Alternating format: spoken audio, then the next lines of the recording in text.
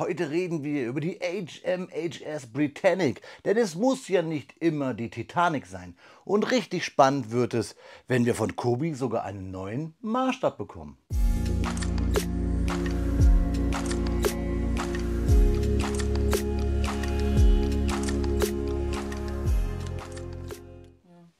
Ahoi Matrosen, mein Name ist Kapitän Blockstar, willkommen in der Noppenklötzchenscheune.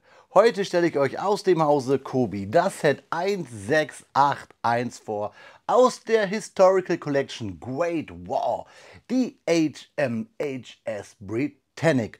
Und was eine Seemine mit diesem Schiff, das wir vielleicht alle als Schwester der Titanic kennen, gemeinsam hat, das erfahren wir später auf dem Bautisch bei der Faktenzeit. Aber zuerst wollen wir natürlich wissen, was sich in den Karton verbirgt.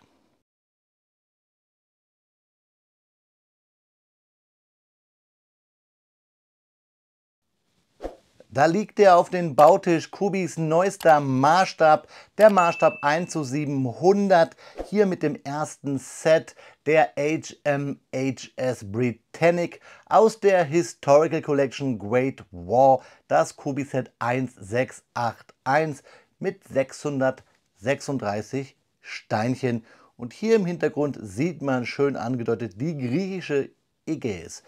Warum, weshalb, wieso, das schauen wir uns dann später an, beziehungsweise ihr schaut euch gleich den Speedbild an, während ihr dann die Fakten bekommt. Deswegen gehen wir gar nicht hier auf die Fakten ein. Wir gucken nur hier, dass dieses Set 38,5 cm lang wird und 12 cm hoch. Und dass wir hier einen schönen Stand haben mit dem Typennamen. Und hier haben wir ein Originalbild des Lazarettschiffes. Ich lasse dieses Schiff einmal fliegen. Es ist kein Luftschiff, aber wir wollen ja wissen, was sich im Karton verbirgt. Ja, Freunde, da liegen die zwei Bautüten der Britannic auf den Bautisch. Die Tüte 1, die Tüte 2. Bei der Farbgebung weiß, grün, rot könnte man fast von einem Weihnachtsset ausgehen. Aber nein, das war die Bemalung dieses Lazarettschiffes. Wir haben hier 636 Steinchen, ist ja klar, bei einem Maßstab 1:700. Ich werde es öfter in diesem Video sagen, dieses Schiff hätte ich mir im normalen Kobi-Maßstab 1:300 gewünscht. Die Steine packen wir an die Seite, schauen wir uns ja später an, wenn wir das Schiff fertig gebaut haben. Schauen wir uns die Anleitung an. Diese spiegelt wieder das Design wieder, was wir so bei Kobi lange nicht hatten. Jetzt haben wir es wieder, das gefällt mir. Und der Hinweis Pad Printed, das heißt, wir haben hier alles schön bedruckt. Die Anleitung ist hochglanz gedruckt und mit Klammern gebunden im DIN A4-Format, ihr seht es. Wir bauen wie folgt. Wir reißen die Tüte 1 auf, verteilen uns unsere Steine nach Farbe, Form, Geschmack, Geruch, wie auch immer ihr das machen wollt. Und dann bauen wir drauf los, schauen aber erst hier in die Anleitung, welchen Slope oder welchen Bracket oder welche Bar wir brauchen. Und dann klemmen wir einfach von Baustep zu Baustep, von Bautüte zu Bautüte. Es sind ja nur zwei und wir merken, dass immer der aktuelle Baustep der farblich ist. Die Steine, die wir brauchen, greifen wir uns hier quasi virtuell aus diesen Kästchen bzw. aus unseren Häufchen oder wie auch immer und Pfeile weisen uns den Weg. Wir haben hier eine Anleghilfe auch für Fliesen und fertig sind wir mit dem Baustep dann 88. Aber ganz schlimm, wir müssen hier wieder diese Bänder verbauen, diese Schnüre, die mit etwas getränkt sind, dass diese Schnüre besser halten, gehe ich stark von aus. Oder hier steht, Set enthält keine Schnur. Ah, dann bin ich froh, auf dem Kopf konnte ich es nicht lesen, liebe Freunde. Also wir müssen dann bei unserer Mami oder unserer Freundin oder der Omi ein Stück Schnur klauen. Ja, und unter diesem Hinweis, den ich auf dem Kopf wirklich schlecht lesen konnte, sehen wir die Steine, die wir verbaut haben im Set. Sollte ein Stein fehlen, können wir es gleich hier unten monieren. Aber ich möchte gar nichts monieren, liebe Freunde. Ich möchte jetzt klemmen, denn dieses Set hat eine ganze Menge Geschichte zu erzählen. Ideal für meinen Kanal. Lieben Dank, Kobi, dass ihr es damit geschafft habt, mir ein bisschen Geld aus der Hosentasche zu ziehen, damit ich hier dieses hoffentlich tolle Video für euch machen kann. Deswegen euch jetzt viel Spaß beim der Faktenzeit und mir beim Klemmen, liebe Freunde.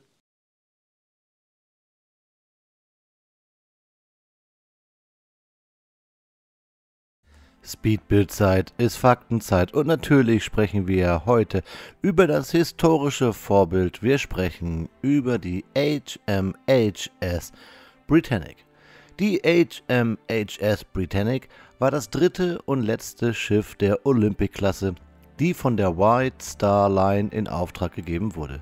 Sie wurde am Dienstag, den 26. Februar 1911 auf Kiel gelegt und war das Schwesterschiff der RMS Titanic und der RMS Olympic.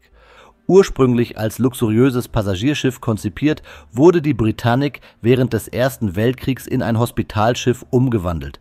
Mit einer Länge von 273 Metern, einer Breite von 28 Metern und einer Wasserverdrängung von 58.000 Tonnen war sie das größte Schiff ihrer Klasse.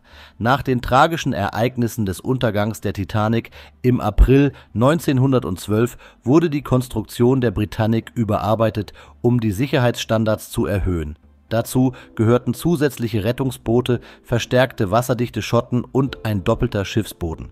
Im Dezember 1915, während des Ersten Weltkriegs, wurde die Britannic von der britischen Admiralität requiriert und in ein Hospitalschiff umgewandelt.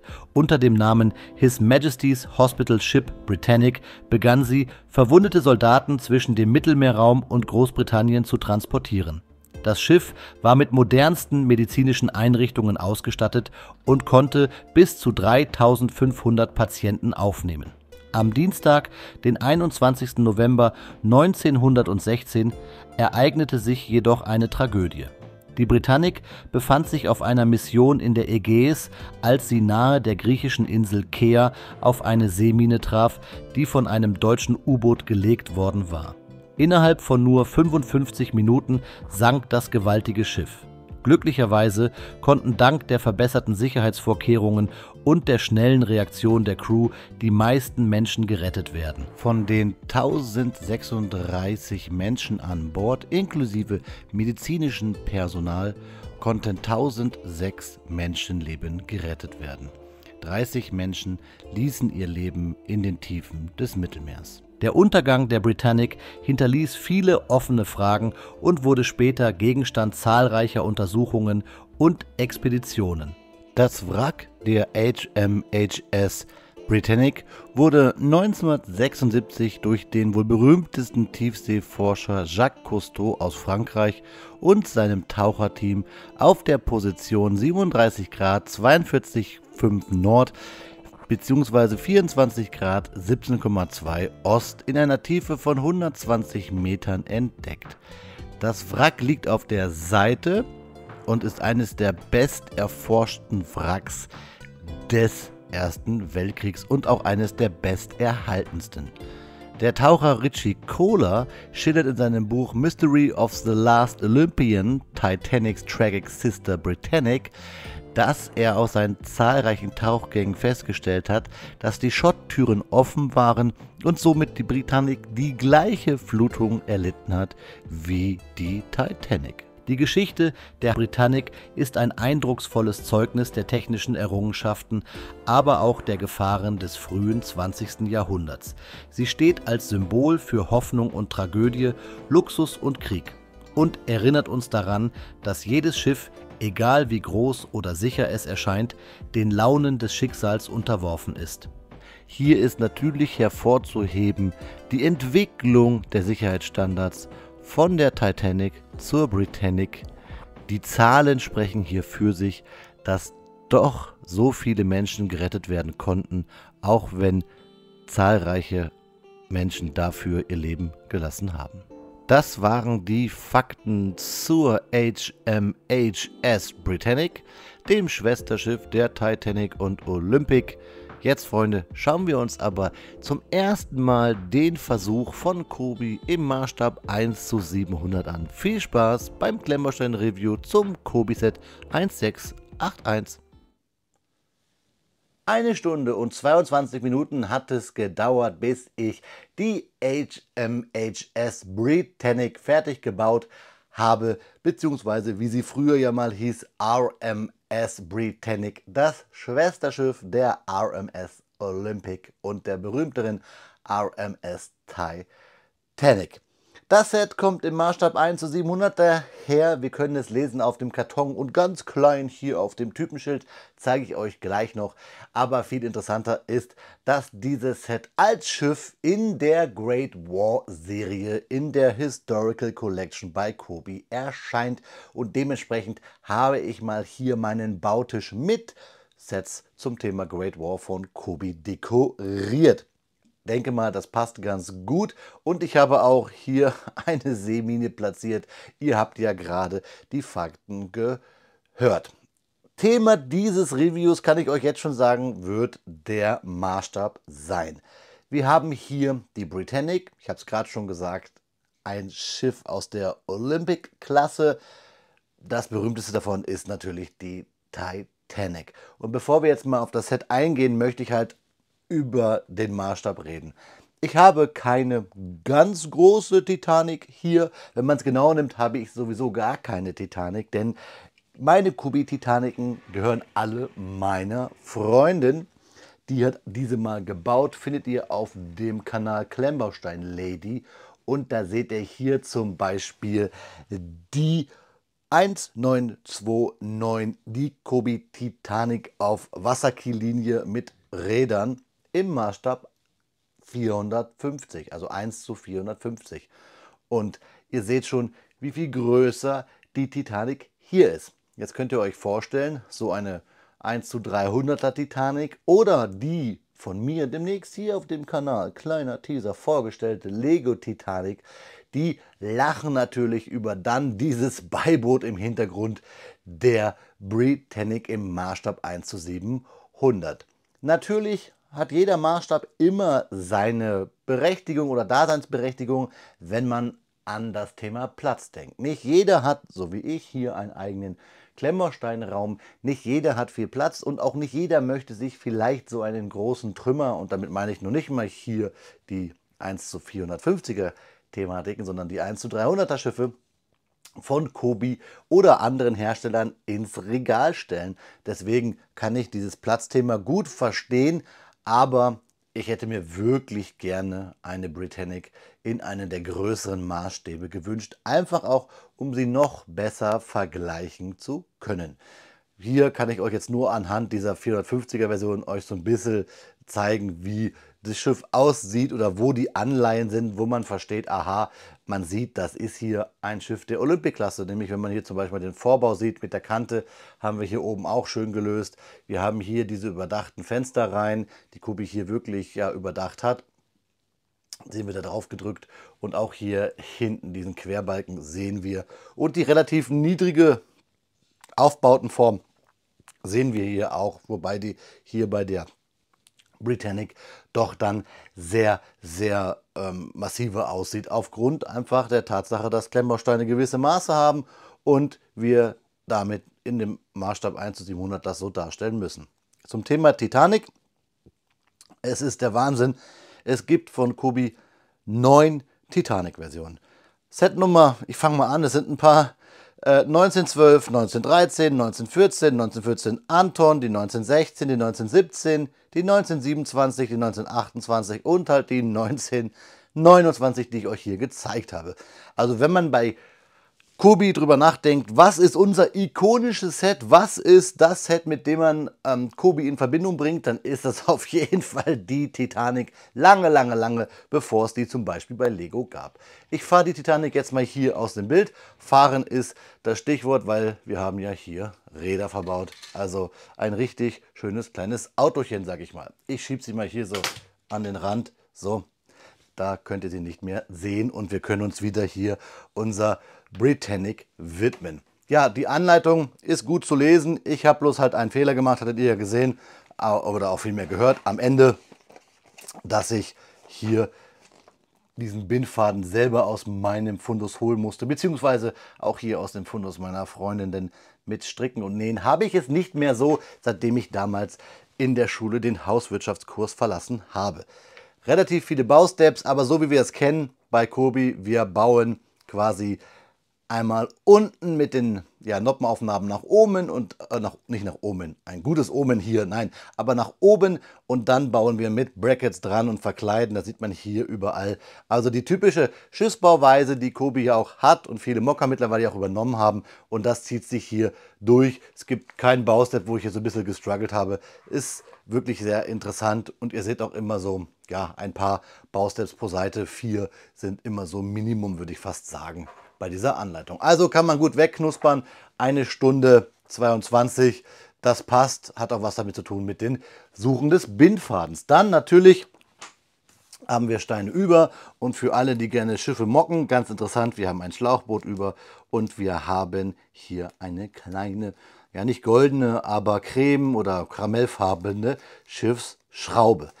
Und dann schauen wir uns das Schiff einmal an. Hier von mir jetzt mit Takelage, mit Sendekabel, wie auch immer. Und ja, ein Schwachpunkt schon, ihr seht, es ist der Stand. Das Schiff hat aber noch einen großen zweiten Schwachpunkt, aber erst wollte ich es euch einmal zeigen. Die Drucke sind über jeden Zweifel erhaben, bis auf hier typisch weiß auf rot bei Kobi. Das verstehe ich nicht, warum das Kobi nicht anders macht. Aber natürlich gibt es hier bei so einem Schiff mit viel Rot wahrscheinlich ja eher diesen Slope als in Rot als in Weiß zu bedrucken. Also wir haben hier einen Anker, wir haben die Bezeichnung, das Rote Kreuz, dieser grüne Streifen, überall die Fenster bedruckt, mal größer, mal kleiner, da muss man ein bisschen drauf achten. Hier wieder das Rote Kreuz, dann hier das kleine Rote Kreuz, hier haben wir so einen kleinen Versatz drin. Warum, weshalb, wieso, sage ich euch gleich, denn hier hinten ist so ein bisschen die Schwachstelle des Schiffs. Dann haben wir hier die Ruderanlage und die 3 Schrauben, die auch ja immer leicht abfallen, aber ganz cool gelöst, weil wir stecken die in diese typischen Mercedes-Schilder bzw. Mercedes-Zeichen rein, die wir hier auch in Weiß haben bei den Kränen zum Ablassen der Rettungsboote, die in Rot, und da kommt dann hier unsere kleine Schiffsschraube rein. Also 3 Stück von hinten auch hier sexy, relativ, aber, und das ist blöd, wir haben hier eine Schwachstelle, denn das ganze Heck hängt nur auf diesen 2 Ankergliedern oder Kettengliedern. Ihr seht es hier mit dem Jumper, da hängen wir es drauf, stecken es rein, und dann ja hängt es mehr so, ja schlecht als recht, es klemmt schon, aber anfassen bitte nicht. Trotzdem detailliert die Aufbauten, die Rettungsboote hier über die Kräne, die Ablasskräne für die Rettungsboote, die 4 Schornsteine in Gelb, auch hier die Aussichtsplattform vom eigentlichen Luxusdampfer und dann hier auch die Drucke überall gespiegelt wie auf der Vorderseite, und dann hier unten die Aufnahmen für das Schiff bzw. für den Stand auf dem Schiff. Und ja, eine Noppe hier drauf, das ist so ein bisschen, ja, das hält nicht gut. Also es kippt gleich, aber wenn ich schon mal abhabe, kann ich euch gleich den Stand zeigen. Den kennen wir so ein bisschen von den Autos oder von dem kleinen U-Boot aus dem Museum in Bremerhaven oder Wilhelmshaven. Da ist hier auch schön bedruckt auf dem großen Slope hier der Name und der Maßstab unserer Britannic. Gefällt mir gut. Ich mag solche Stands und auch diese gewisse Höhe von einer Noppe, beziehungsweise einer Noppe und noch einer Plate, die gefällt mir auch. Und ihr seht, es ist ziemlich handlich, also das Schiff ist hier noch nicht mal mein Unterarm. Also es ist wirklich für Leute, die Platz nicht brauchen, aber den Platz anderweitig brauchen, sagen wir es so, sicherlich ideal, um so eine kleine Schiffssammlung ins Regal zu stellen. Und wir bekommen ja neben der Britannic ja auch nochmal die Titanic hier in dem gleichen Maßstab. Und der ein oder andere findige Mocker, ich grüße da meine Schiffsbauer auf meinem Discord, Link übrigens unten in der Videobeschreibung, die haben ja auch schon angefangen, andere Schiffe aus der späteren Epoche, ich sag mal 30er, 40er Jahre, auch zu mocken im Maßstab 1:700. Sieht interessant aus, wenn man da mal so eine Roma oder eine Rodney in 1:700 sieht.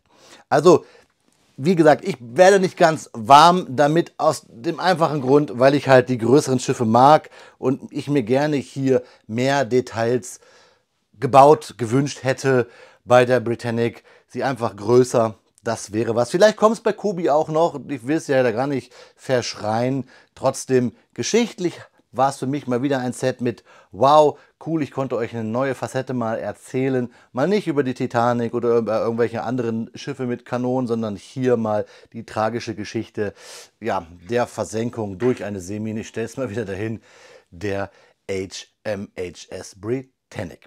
Wenn ich was vergessen habe, schreibt es mir gerne unten in die Kommentare. Ihr bekommt natürlich jetzt Detailbilder und dann schauen wir uns zum Abschluss noch einmal in die Augen, liebe Freunde. Ja, Freunde, wie immer an dieser Stelle und getreue Zuschauer und wiederkehrende Zuschauer werden es wissen, ihr bekommt nun Detailbilder, damit ihr euch selber einen Eindruck vom Kobi Set 1681 der HMHS Britannic im Maßstab 1:700 machen könnt. Und Freunde, während ihr hier über die Bilder schaut, denkt mal daran und lasst es euch auf der Zunge zergehen, was für Möglichkeiten sich nun eröffnen, da Kobi zum ersten Mal ein Schiff in der Great War Serie veröffentlicht hat.